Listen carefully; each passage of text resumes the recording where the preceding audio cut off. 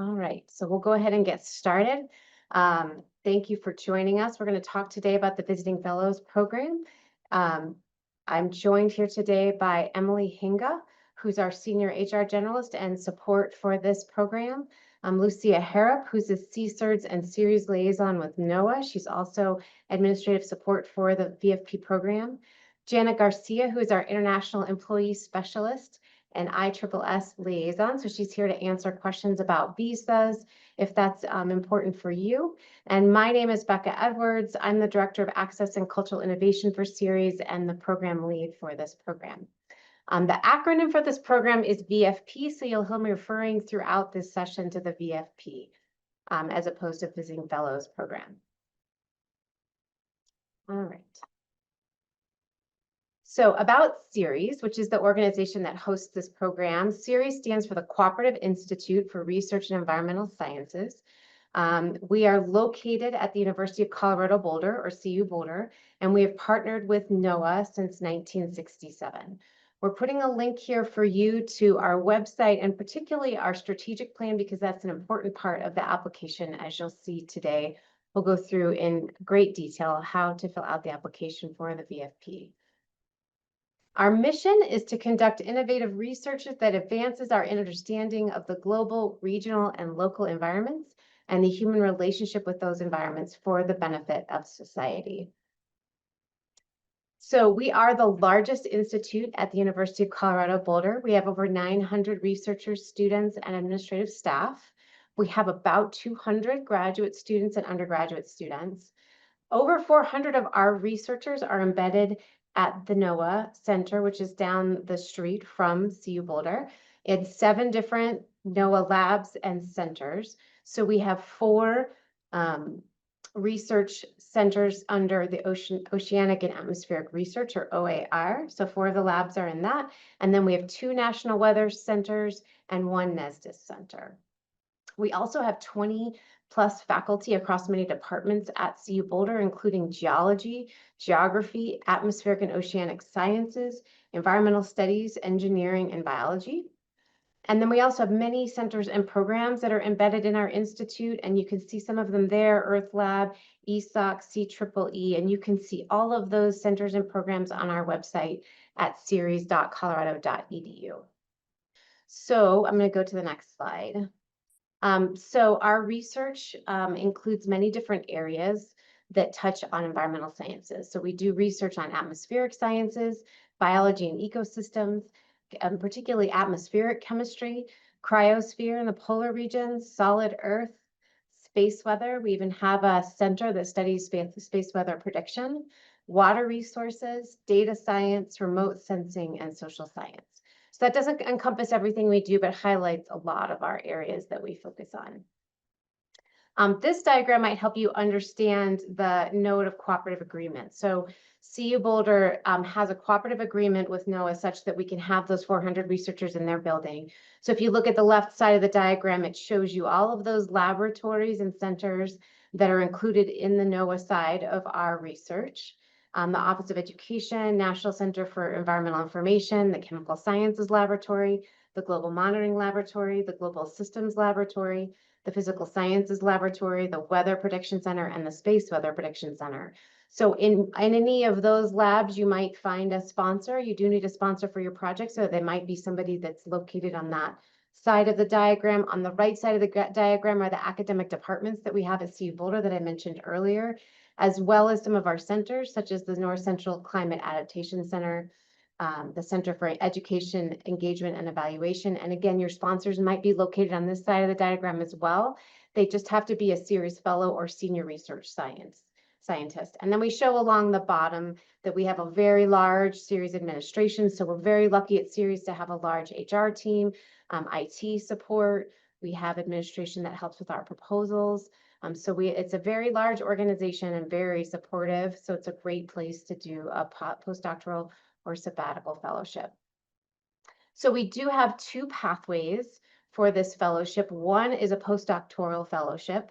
That's a 2-year fellowship that's fully funded in terms of salary. There's also a small research budget and relocation stipend. The other pathway is a sabbatical visitor pathway, which is typically ranges from 3 to 12 months. So we have 2 sabbatical visitors this year. One is here for 4 months and one is here for a year. There's a small housing allowance and research budget as well in that pathway.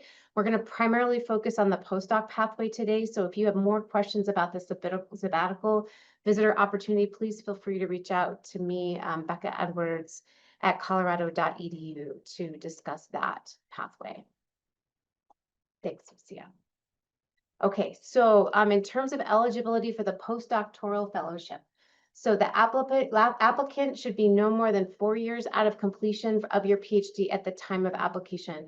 There are very few exceptions, but there may be some made for if you've taken time off between your PhD and doing a postdoctoral position due to caretaking responsibilities. You can contact me for that. This is a very strict requirement, and so there are very few exceptions that we make for this one. Your PhD does not have to be completed now as you're applying for the fellowship, but it must be completed and certified by the time you start the fellowship. Priority will be given to candidates affiliated with institutions outside of the greater Boulder scientific community. If you are a past or current CU Boulder graduate student or postdoc, you are not eligible for this program, and current or former CIRES Visiting Fellows are also not eligible to apply for this program. We did have a question previously about undergraduates. So if you did your undergraduate degree at CU Boulder, you're still eligible. Okay, and here's our timeline on the application process. So applications are already open. They opened on October 20th of 2025, and they are due by 11:59 Mountain Time on January 2nd, 2026. The reference letters or recommendation letters are due a couple days later on January 8th, 2026. We're giving you a little more time for the recommendation letters because of the holidays. Applications are reviewed by an internal committee in the months of January and February of 2026. After that review, they take their recommendations to the CIRES Fellow, which is the board that runs our organization, as well as the CIRES director. So that final decision is made by that group of people, and then applicants are typically notified late March or early April in spring of 2026. And then you must start your fellowship within 10 months of getting the award. So sometime before February of 2027 is when you must start. Okay, so what is in the application? The application includes a CV. So we want one that's only 2 pages, and we do provide a template for that. Transcripts, you need to submit a transcript, although it may be an unofficial transcript. And then you must also add a cover letter. So the cover letter must be 2 pages maximum and 12-point font. In the cover letter, you should include your expected start date, the name of the series sponsor that you have connected with. And then if you're also going to work with other researchers, please include their names as well. And then a description of the nature of your collaboration with each scientist. So it's very critical that you have a CIRES fellow. You cannot only list CU Boulder researchers if they're not CIRES fellows or CIRES senior research scientists. We'd also like you to add a justification of how you would be a strong addition to the CIRES scientific community. This is why we gave you the link to our CIRES strategic plan. It's important that you've done strong research of what our institute does, what our mission is, our vision, what are we trying to accomplish, and help find yourself in that and make an argument as to how you would be a strong addition to our team. We'd also like a short description of an experience or event that was pivotal in your growth as a researcher in terms of what was learned and how it informs your approach to research. Higher priority will be given to those who can clearly explain how this position will forward their growth as a researcher, both in terms of methodology and skill set. So the last part of your application is your research proposal. So your research proposal can be a max of 3 pages, 12-point font, including figures. Your figures can be 10-point font.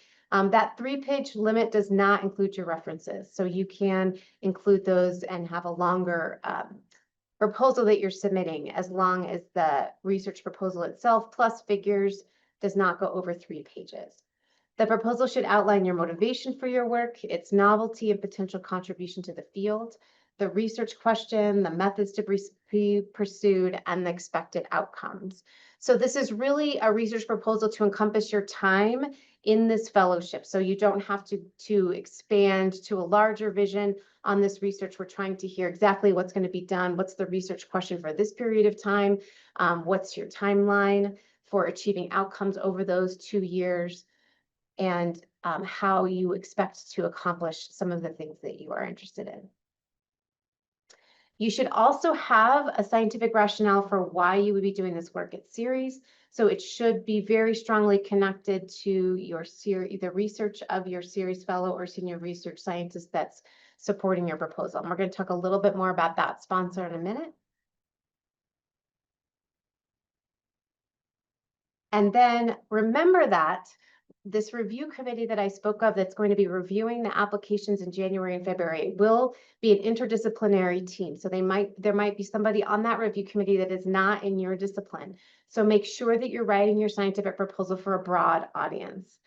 Even though you might want to illustrate some very technical details and skill sets, remember that someone who is on the committee that might not be able to understand that might not rate your proposal as highly. So keep it broad and make sure that it's that you avoid jargon and acronyms. Okay, so your sponsor is a very key element to this fellowship. So you need to be supported by at least 1 and up to 3 CIRES Visiting Fellows Program sponsors. So we're going to put a link in the chat for the list of sponsors. They must be on this list. I have received a couple of questions about other people working in the NOAA building and if they can be sponsors. They have to be on this list and this webpage that we're giving you because they have to be affiliated with CIRES. You should be working to contact your sponsor well in advance of submitting your application. So some people submit applications without contacting that sponsor. If the sponsor reaches back to me and says, I've not heard from this person, then we are going to void that application. So you need to have that relationship and you will end up asking for a letter of support from that sponsor. So this is not something where you just pick from the list. You're picking from the list to start your connection with that person. Make sure that you do that well in advance.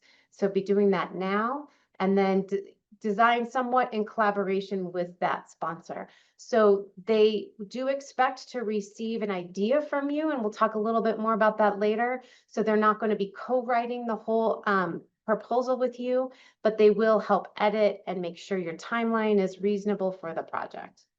But without the support of that CIRES sponsor, your application is unlikely to succeed.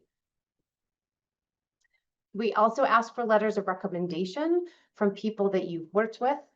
We've asked that they have specific examples that include your ability to complete tasks on a reasonable timeline, independent thinking skills, creative problem-solving skills, passion for your field of study, examples of perseverance when we met with a challenge, and the ability to work collaboratively on a team. So we recommend that you give these prompts to your letter writers and ask them to address these specific examples.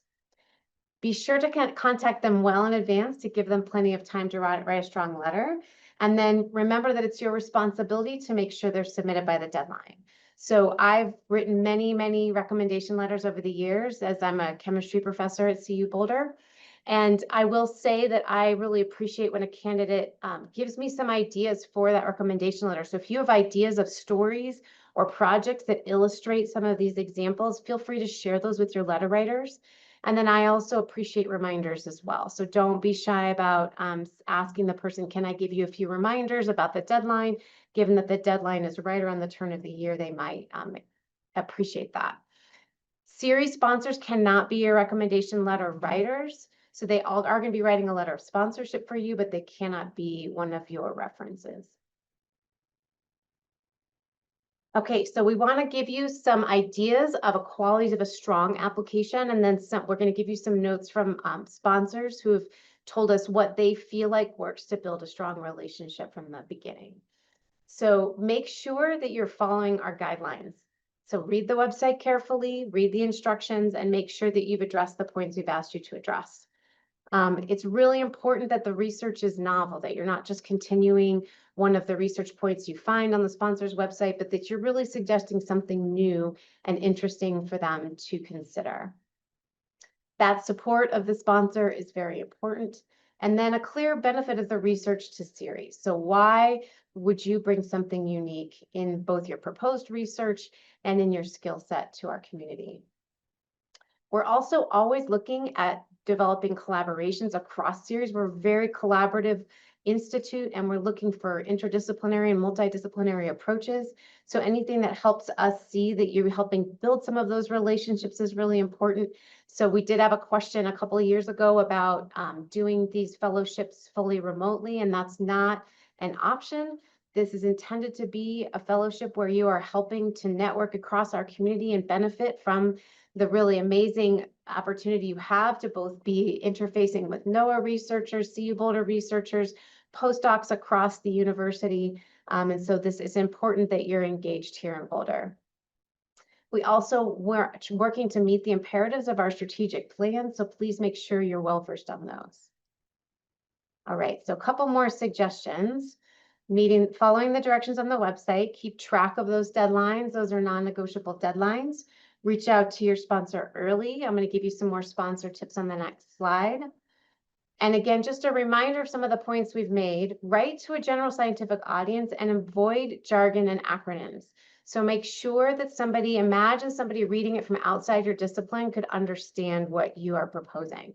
And so it's a great idea to give it to someone to read and give you feedback. So see if you can think of somebody who is outside of your discipline who could read it and help you see areas where maybe you have lost your audience, and make sure that it's very clear.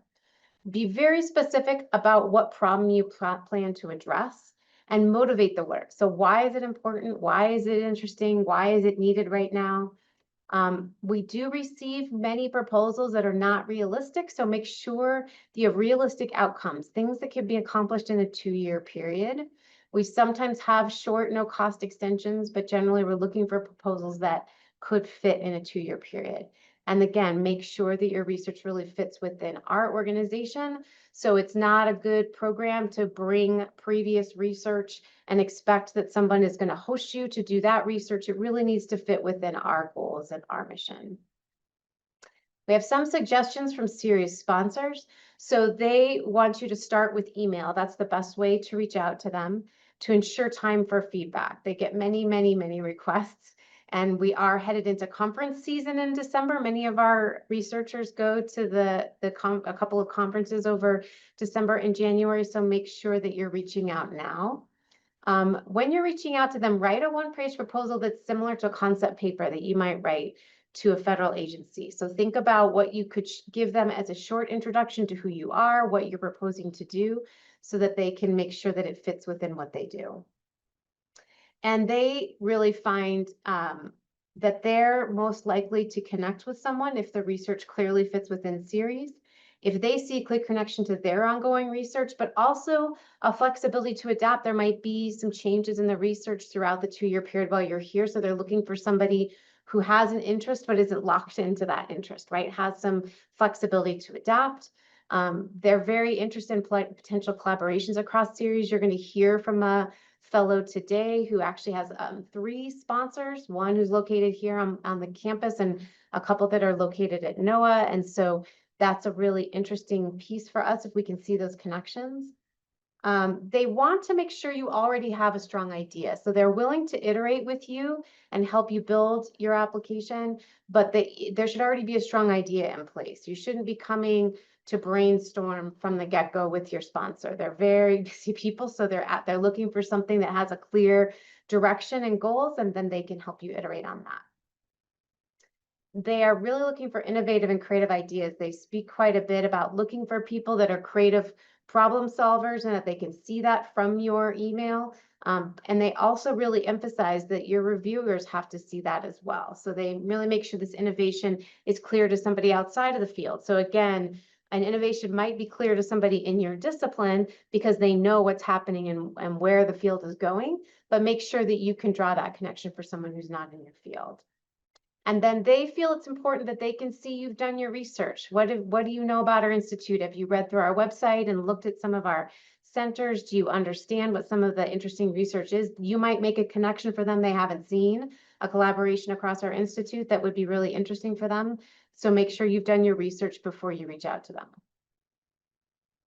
All right, so we're going to take a few minutes to hear from a couple of our current fellows. Kara Hardig is here, who's working on revealing the drivers of Arctic cloud regimes and their surface impacts.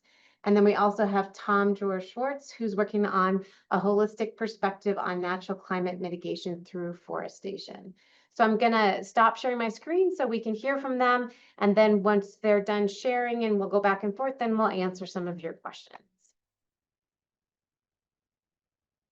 So I'm gonna go ahead and pin them right now. Hi, Kara and Tom. Nice to see you. I'm going to start by just asking Tom to introduce herself and tell you a little about her project, and then I'll ask you both a few questions. Okay, hi everyone. Yeah, I'm Tom. It is my second year in the VFP program, and I'm working, like Becca said, on the interface of land atmosphere in the context of forest loss or deforestation. So, other than the carbon related biogeochemical effects that we have when we remove forests, we also are changing directly the land cover. And I study the way these land cover changes affect the boundary layer and ultimately the clouds to get a more net effect of deforestation. So, I'm looking over the Amazon specifically, and I'm looking how the boundary layer clouds change, and eventually this translates into changes in energy budget and so on. So to really get the cloud feedback to that, and overall it's going really well. And yeah, maybe if we have time, we can elaborate on that later. But in a nutshell, that's what I'm here doing. I'm very happy. Awesome. Thanks, Tom. So Kara, do you also want to introduce yourself and tell us a little bit about your project? Sure. Hey, I'm Kara. I'm working on a project on Arctic clouds. I'm the one that Becca mentioned has 3 advisors, which I knew was a bit of a risk going into it, but it's actually turned out great. Clouds are really common in the Arctic, like depending on the site, 60 to 80% of the time you have cloud cover. They also, because of a combination of how reflective the underlying surface is and how low or non-existent the sun is, can have a warming effect on the surface, which is the opposite of what you get over most of the globe. And that warming effect means increased surface temperatures, but it can also affect things like sea ice extent and permafrost and potentially snowpack. So whether or not you have clouds in the sky can have a not only big impact in the moment, but also potentially like a longer memory than you would expect from something that itself lasts for such a short time. So I'm working with data from a ground-based observatory that's been around for like over 20 years in Alaska. So I've never worked with data before when I started my postdoc. So now I get to like learn about how instruments work and how you clean data and process it. And then the second part of the project is going to be connecting that up to a like either a weather model or reanalysis data to calculate air parcel movement. So like how does the air actually evolve as it generates and then eventually dissipates clouds. It's been going great. I'm starting my first paper right now. I have a draft sitting in my inbox with notes from my advisors. And we currently meet weekly for like whoever is free, and we'll talk through what I'm working on and where I'm getting stuck and what I can try to do next. So it's been going really well. Awesome. Thank you for both sharing a little bit about your research. We're going to work backwards. So we're going to hear a little bit about your experience in the program, and then we'll go backwards to how you applied and give us some tips on that. So let's start just by hearing, Kara, about what are some things you really appreciated about the program? What makes this program unique, and what do you like about working for CIRES? So one of them is that as opposed to like applying for a postdoc job that's been posted, you actually get to propose your own project for this program, which like there's a handful of other programs in the US that will do that, but not that many. And I had a really specific subject area in mind for my postdoc, and it worked really well that I could design exactly the project that I wanted to do, not only studying the thing that I wanted to study, but like also incorporating the skills that I felt that I needed to learn to be a successful scientist. Like I had worked entirely with models in graduate school, but felt that learning how to work with data and potentially also with satellite data and with weather models would be really important. And so I could design a project that let me work on the topic I wanted and also develop some new skills that I felt I needed. The other part is being able to work with multiple mentors, which usually like you have a single mentor for a project, but now I have like 3 different incredibly experienced scientists and they all have different areas of expertise. So they have like different parts of the project that they're really good at advising on. So one of them is more of a meteorologist and helps me with an machine learning method that I've been using. One of them is more of like a cloud modeling person, so knows a lot about like cloud physical processes. And another one works a lot with instrumentation and data, and so can help me understand how to interpret the data that I have. So it's been really helpful to have that like breadth of experience that I can bring together on the project.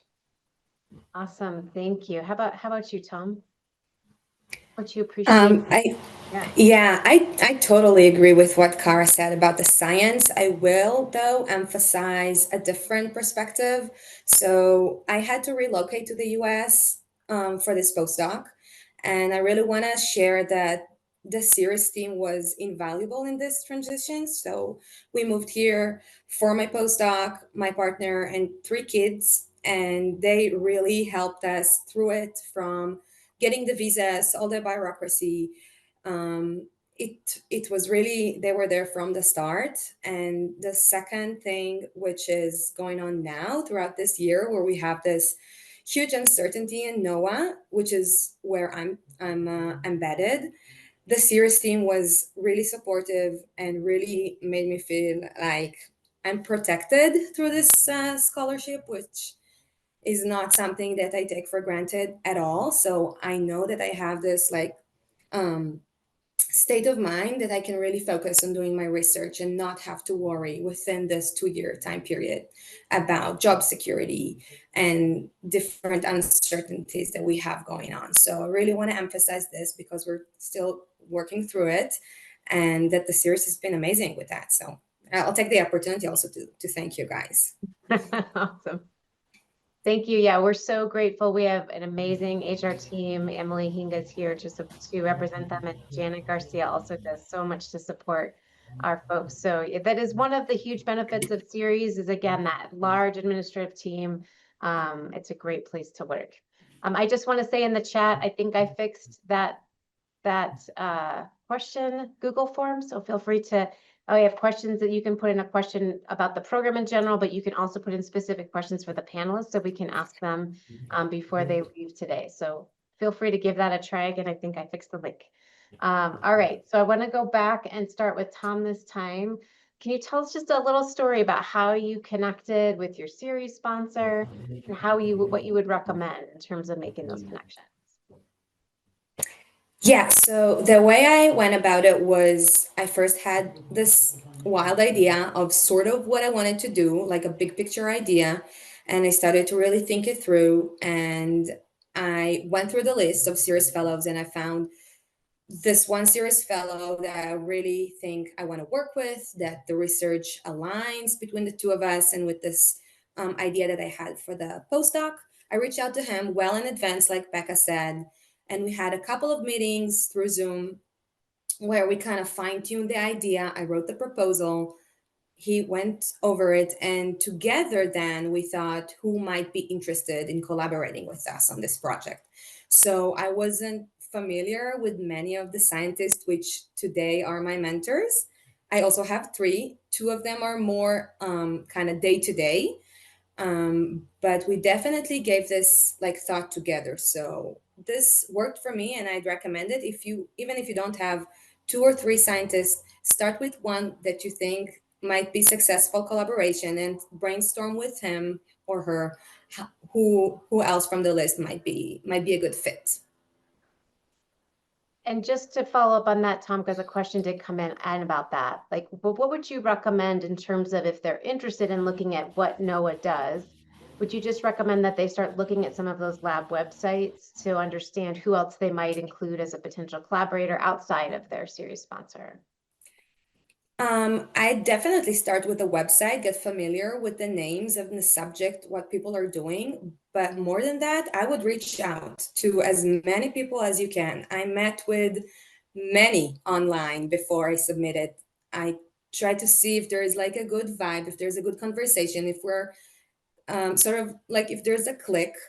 And I find that people are generally very interested and very happy to help because we've all been there, right? Mm. All of the professor had to do their postdocs. So people are generally happy to give advices and talk about science. So I definitely not be shy or intimidated by just reaching out, see if people have time to talk, and then you can make a more informed decision. Well, and you made a couple of really good points. I mean, one is it is a benefit to them, right? This is the first year Hmm. is funded by CIRES, so they're getting a postdoc to potentially really work on an exciting project. So they will connect with you if they see a good connection. But I also like this point you're making that this is going to be a mentor, right? So let's make sure you have a good relationship so that you have a really positive experience while you're here, right? Kara, yeah, what do you want to add about that? In some ways, kind of similar for me. So a few months before I like knew that I really needed to write the whole application, I just like read through the like research profiles on series to get a better idea of what everyone did and tried to identify some people who I thought worked in at least the general area I was studying, like either clouds or polar climate, or like had worked with a tool that I wanted to use. But I also sat and like spent a lot of time thinking about what is the topic that I want to study and came up with like multiple different ways that I thought I could approach it. And then when I reached out to people to ask to meet, I think I ended up meeting with 4 or 5 scientists over Zoom. Um, I could tell them like, hey, like this is the topic that I'm thinking of studying. I can see it going in a lot of different directions, but here are the specific ones I'm considering. And then based on their like reaction, there might have been a specific like thread or couple of threads that they were really interested in. And so we could go off on that for a bit. And then over the course of those meetings, I identified a group of people, probably like Tom said, who I just like really got along with. I liked them a lot. They seemed enthusiastic not only about the project, but about me as a person and potentially working with me. And they had each identified like somewhat similar of these like threads that I had presented that they thought would be really interesting to pursue. And then when it came time to actually like pull together the project and propose something specific, I found ways to incorporate all of their interests and expertise into the project that I was proposing so that I was sure that each of the components that I mentioned wanting to do, especially ones that I didn't already have a lot of experience in, I could say like this mentor is like going to be able to help guide me through this part of the project. And then at the end of that, I had a project that like used the expertise of all of my mentors, but also was something that all 3 of them were interested in pursuing with me. Awesome. Yeah, that's really good coaching.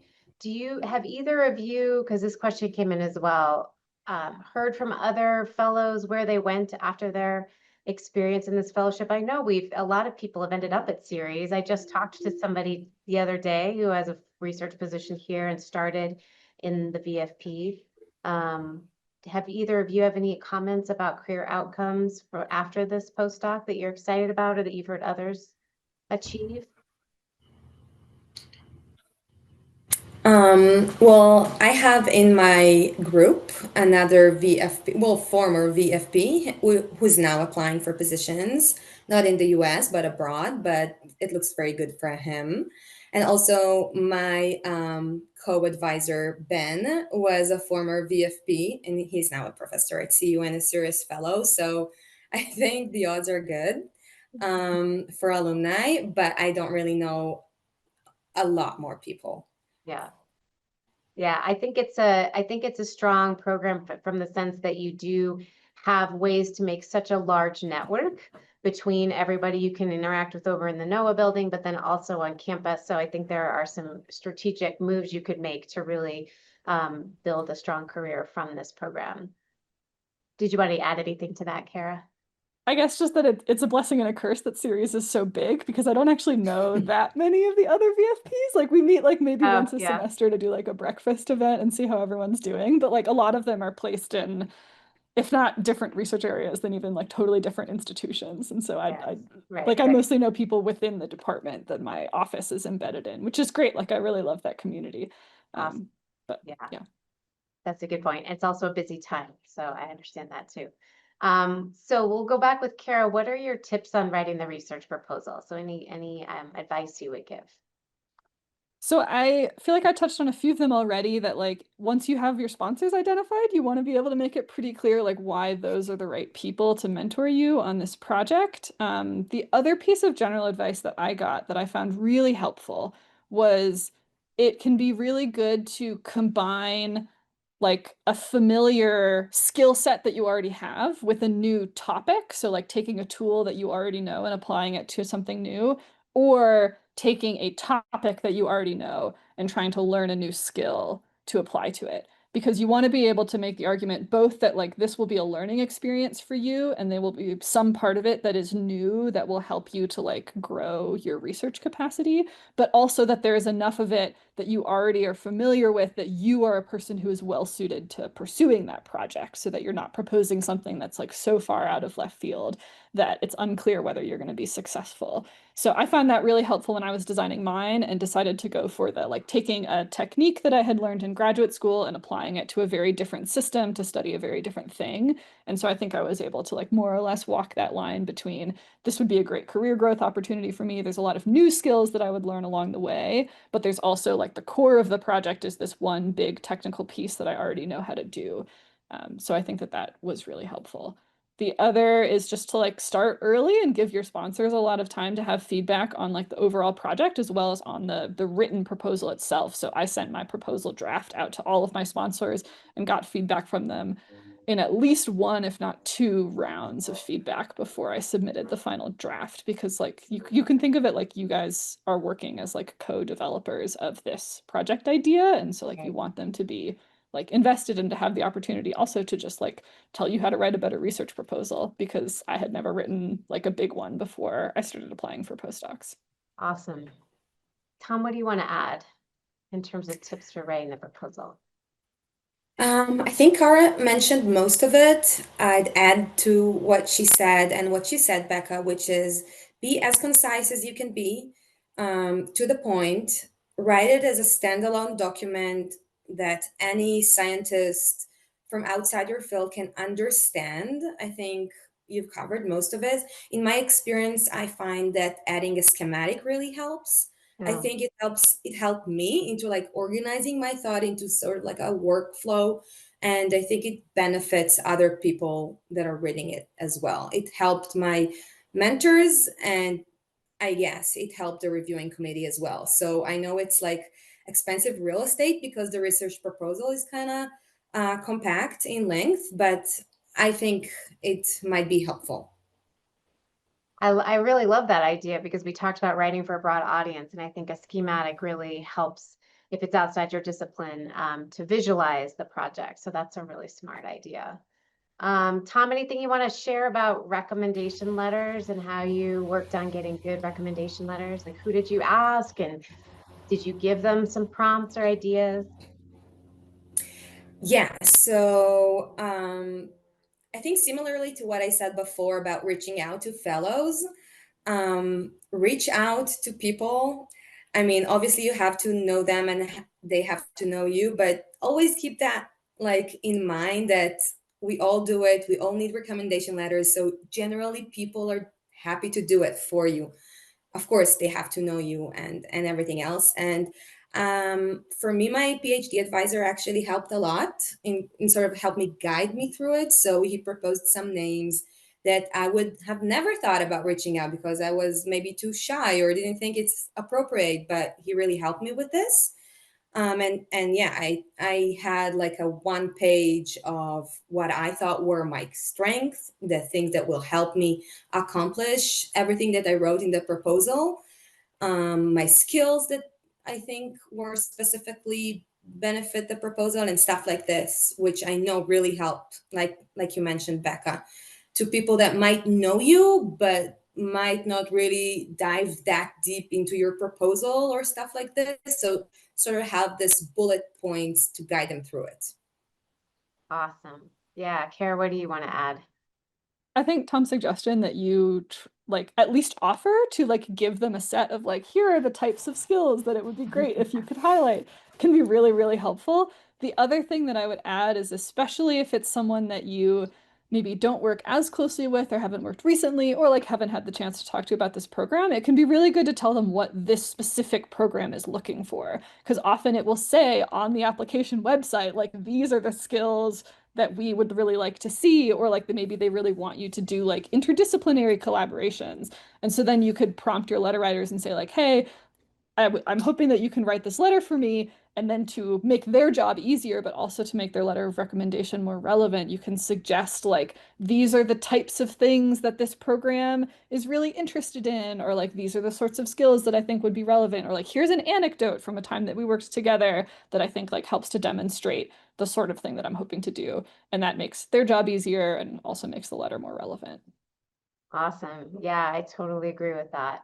And I think it feels a little uncomfortable. You're going to have to sell yourself a little bit to your recommendation letter writers.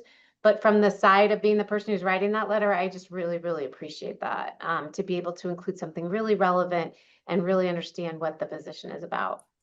I think it's So, also relevant, if you don't mind me yeah, adding go ahead. in, just like, it's a good skill to be able to sit down and write down like, what are the things that I'm good at, Sure. especially if they're soft skills. So like your ability to communicate effectively, or like follow up on things, or like work in a team, like those are really important skills in Yeah. science, and they can be harder to get across in something like a research proposal. So if you have someone who can communicate well for your like ability and work ethic and how well you get along with people, or your like networking or your interest in outreach, that can be really helpful.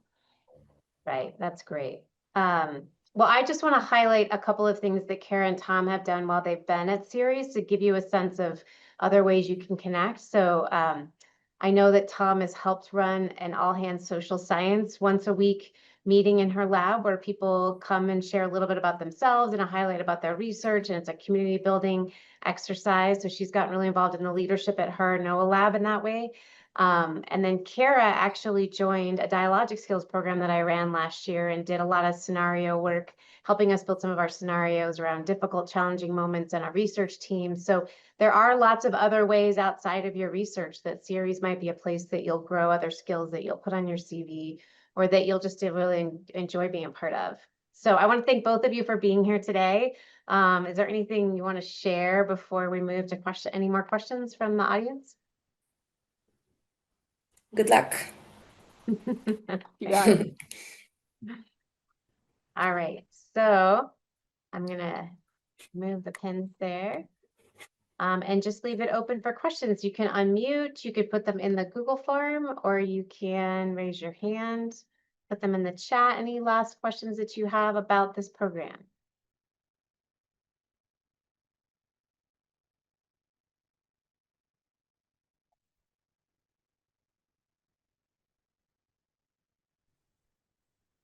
I have a question. Okay.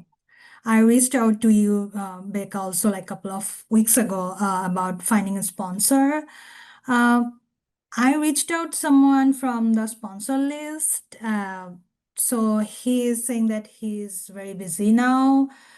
And like my research doesn't fully, like the stuff I'm doing in my PhD, it's not fully like what like he's doing, that kind of thing, but there are a lot of people in the other researcher list, so my work kind of like gets like overlap with them.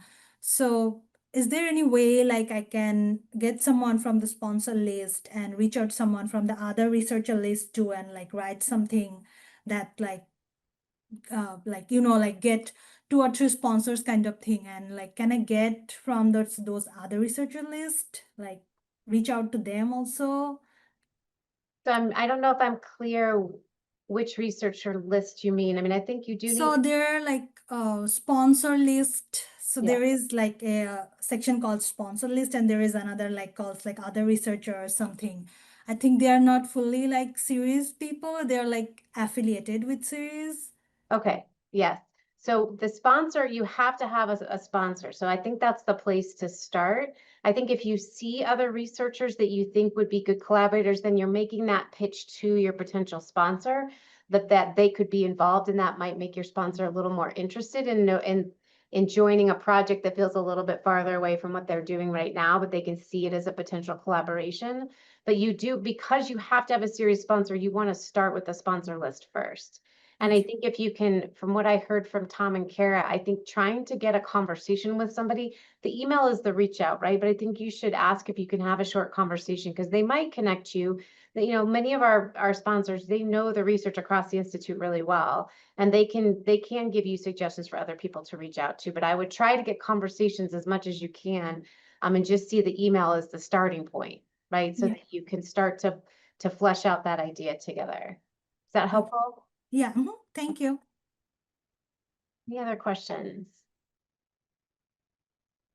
Well, thanks so much for joining us today. We will put the recording and the slides up on the website, maybe by the end of the week. So watch for that, and then feel free to reach out to me personally with any other questions that you have.